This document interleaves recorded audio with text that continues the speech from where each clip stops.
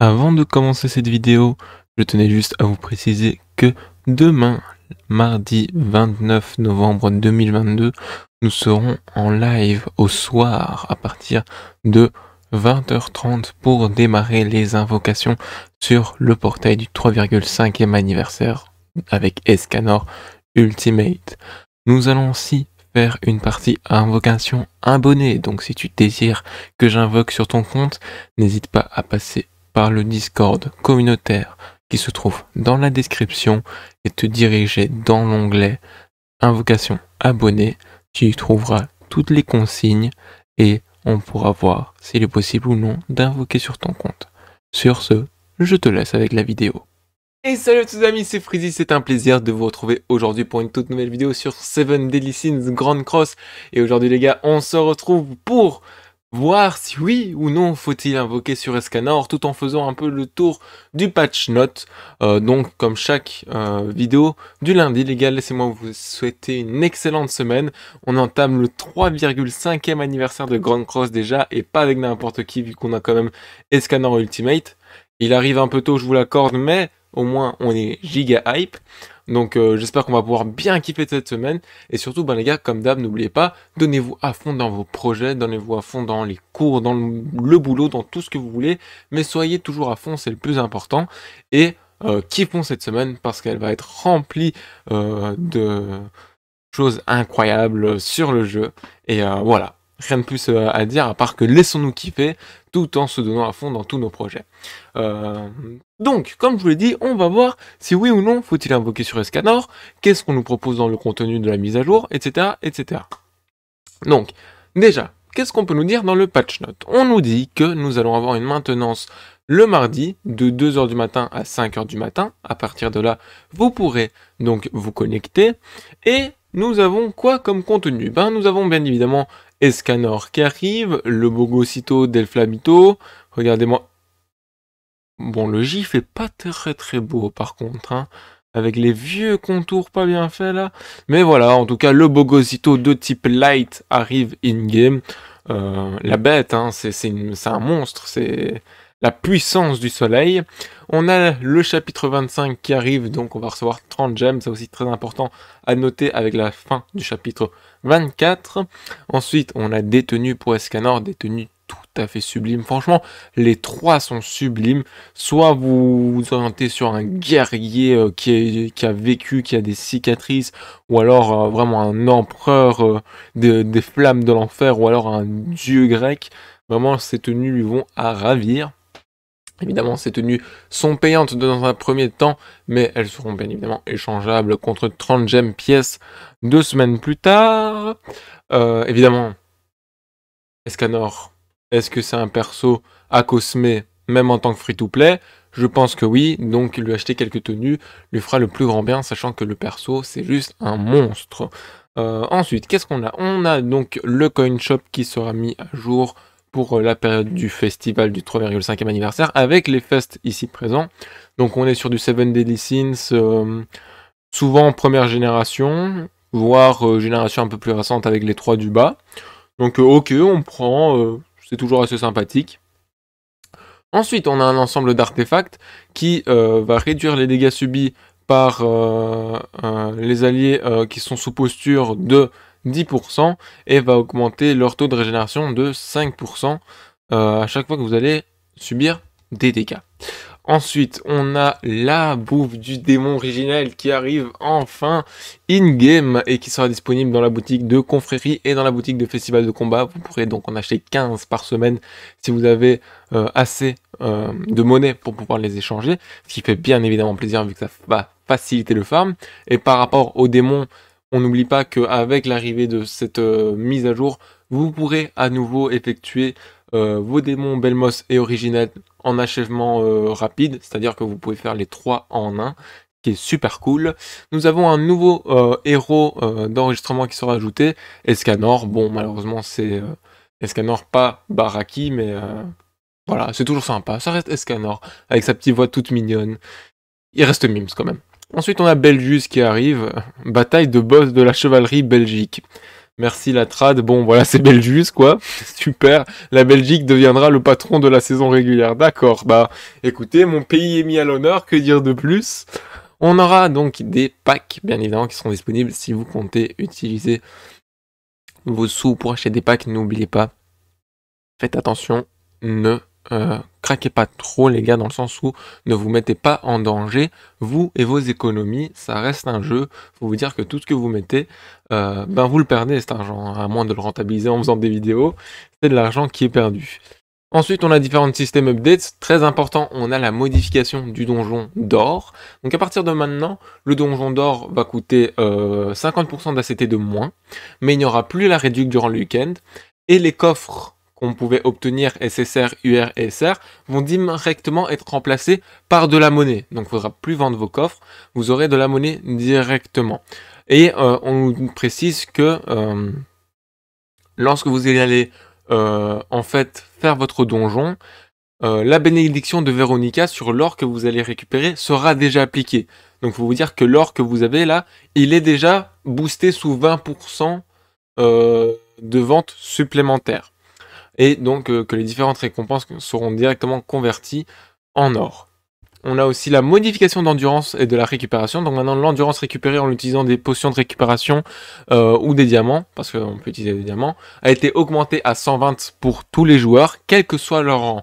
Donc ça, c'est super cool, parce qu'à partir de maintenant, faut pas forcément rusher le niveau 100 pour pouvoir avoir 120 d'ACT, ce qui est une très bonne chose, car ça vous permet vous aussi, en tant que nouveau joueur, de pouvoir jouer un peu plus, tout en pouvoir rusher les hauts rangs assez rapidement.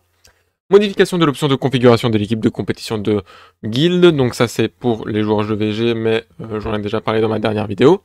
On peut voir l'affection maintenant aussi ici, c'est très très cool. Ça on passe, pas important. Ça, c'est très important. Dessiner l'ajout, l'animation. Bref, la traduction qui fait du caca. Flamme de vie, l'animation de tirage d'Escanor Ultime a été ajoutée. Donc, encore une fois, même si ça a été en intro de cette vidéo, les gars, on se retrouve en live demain. Et si vous voulez voir cette animation pop, ou en tout cas espérer voir cette animation pop demain, 20h30, en live, sur ma chaîne YouTube, pour un maximum d'invocations, bien évidemment. Concernant les autres events, ils sont bien moins décrits que sur la version Jap. Je ne sais pas trop pourquoi, assez bizarre. Mais qu'est-ce qu'on peut nous dire? On a un événement de box, on a un événement d'enregistrement partie 1 et partie 2, on a des missions spéciales. On a la bénédiction du feu qui est très sympathique, c'est la fameuse bénédiction qui vous donnera des récompenses supplémentaires en fonction de votre... de ce que vous choisissez tout simplement. Hein. On aura opération éliminer l'événement des lions. Ok, donc c'est une traduction assez spéciale. En gros, c'est tous des petits événements que je vais vous conseiller de faire avant 8h, en tout cas de les lancer. On a par exemple le donjon de récompense de Solgalès partie 1 quotidien. Je vous conseille de faire celui de mardi, parce que dans les missions, qui ne sont pas précisées ici, vous avez une mission qui vous demande de faire 2 fois le donjon. Et donc si vous voulez pouvoir espérer faire votre multi gratuite mardi, connectez-vous bien avant 7h et lancez tous les différents modes d'événements qui sont à votre disposition dans l'onglet en haut à gauche. On aura aussi un boss, créature indigène du purgatoire, donc il y a différentes choses à faire et on verra donc tout ça in-game. Évidemment, on en fera un petit tuto. On a l'event Dogpass avec le retour d'anciens cosmétiques qui fait plaisir parce que pour ma part, par exemple, je n'ai pas tous les costumes de Merlin, fille de Béraluine, donc on prend avec grand plaisir. Et à part ça, rien de plus à dire. Maintenant, les gars, faut-il invoquer sur Escanor? Bah les gars, pourquoi ne pas invoquer, je vous dirais? Le portail est incroyable, il y a du Tarmiel, il y a des bons fests, il y a Escanor, je veux dire, et le perso est juste broken, les gars. C'est littéralement le perso, déjà de base, avec la meilleure CC de tout le box, de tout le jeu, pas de toute votre box, oui, mais de tout le jeu aussi. C'est un perso complètement insane pour le PvE, pour le PvP, il fait tout. C'est simple, ce perso fait tout. Il est juste incroyable. Donc on va rapidement revenir sur ce que le personnage nous propose pour ceux qui ne le savent peut-être pas. Donc au début du combat, il va s'appliquer la flamme sacrée. lorsqu'il sera sous flamme, donc c'est un effet de flamme sacrée, ok.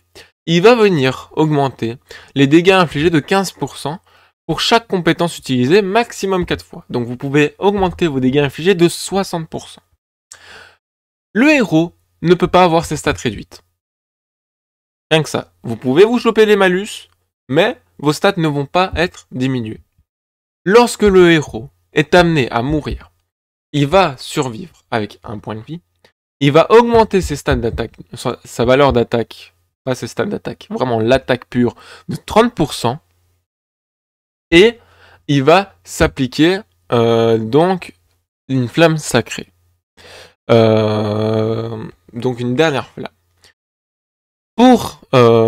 Durant 5 tours, si vous avez cette flamme sacrée au début du combat, vous allez venir augmenter toutes vos stats de 4% chaque tour. D'accord. Et donc quand le héros meurt, se retrouve avec 30% de sa vie. Il y a une petite particularité, c'est que sa spé est liée à son passif. Sa spé va venir infliger des dégâts de Death by Burning. Donc pour chaque PV présent, donc une sorte de déluge, vous allez venir infliger 0,8% de dégâts supplémentaires. Et pour chaque PV en moins, vous allez aussi venir... Attendez.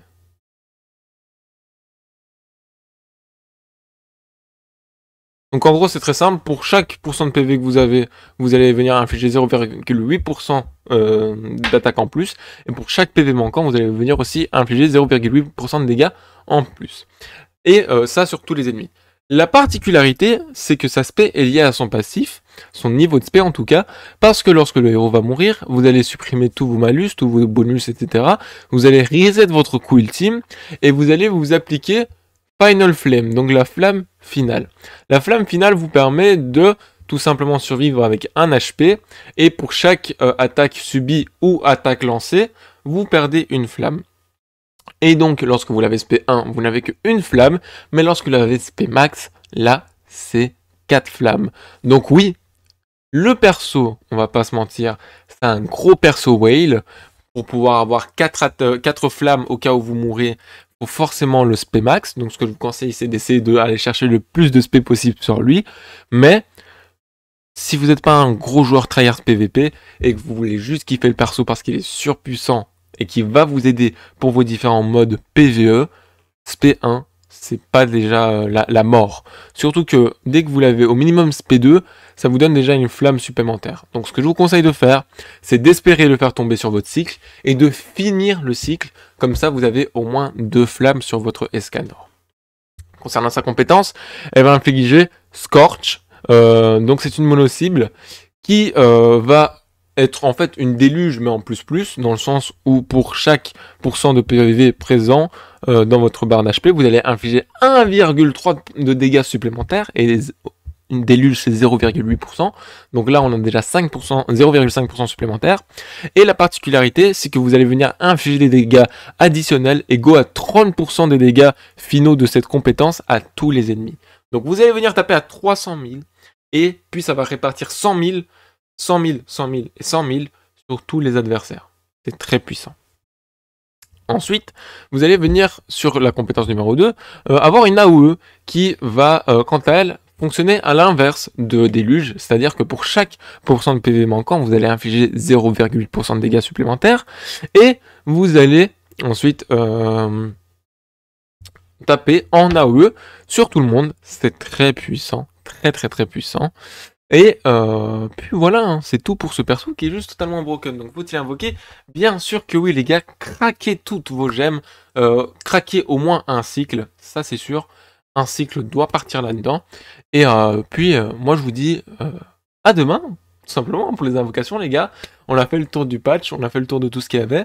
Donc n'oubliez pas, si vous voulez soutenir la chaîne les gars, surtout qu'on est en route vers les 1600 là, j'ai vu, vous avez pété le score d'abonnés en 5 jours. On a fait monter les abonnés de 50, donc vous êtes juste des monstres. Donc continuez, spammez-moi ce bouton abonnement, là, en route vers les 1600, puis qui sait, peut-être les 1800 d'ici la fin de l'année, je l'espère, mais pour ça, il faut s'abonner les gars, et n'oubliez pas aussi le bouton like, et d'activer la cloche, comme ça vous êtes au courant dès que je sors une toute nouvelle vidéo, ou quand on part en live, comme ça demain, vous ne pourrez pas manquer la notification du live sur YouTube, pour rappel, 20h30. Et en tout cas les amis, c'était Freezy, pour vous servir. à demain en live et à dans de prochaines vidéos. Tchuss!